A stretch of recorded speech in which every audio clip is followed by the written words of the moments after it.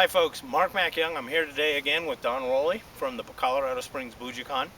A lot of training methodology when it comes to knives is knife against knife. Well, is that always going to be the case? Don? Well, yes, that is a good question.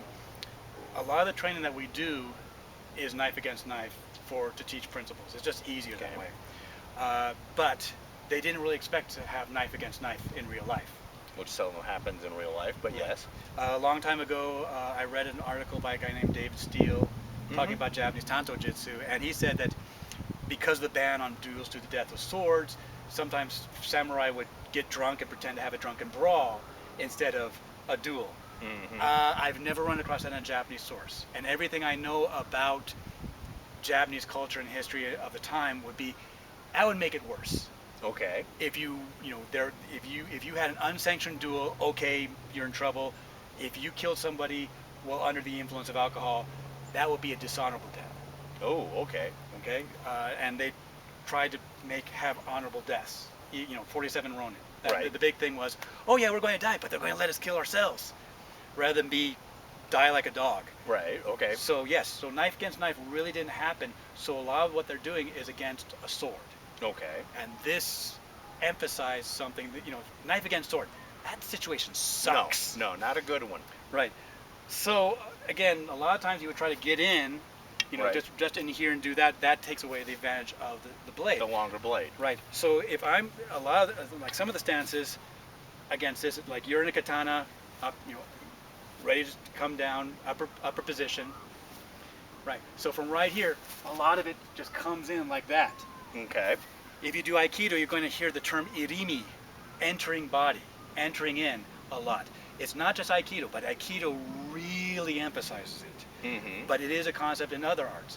From right here, you've got the advantage over me. Right. So I've got to find a way to get in. So you change the range. Right. Right. And of course, this is a lot more difficult than just saying it. Oh yeah. You're trying to hit you. Right. So there's a whole lot of what the Japanese call kakehike, give and take. Okay. So again, it probably ends up you chasing me around the field until there's that slight 1 second opening that I take, and I've got to take it.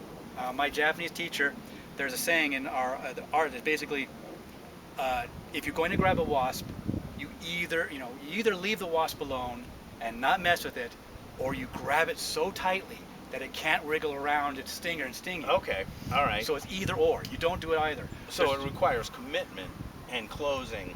And knowing when to commit and when not to commit.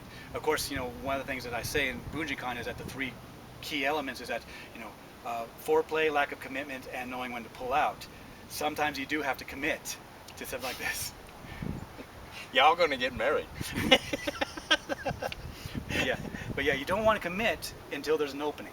And Right. then when there's an opening, then you've got to go all the way in. And you work on this and training to see that opening and understand when that opening is there, rather than just running onto the guy's blade is part of the training. And it's very, very difficult, and it's considered like the highest element of martial arts in Japanese martial arts. There you go. All right. That's it for today.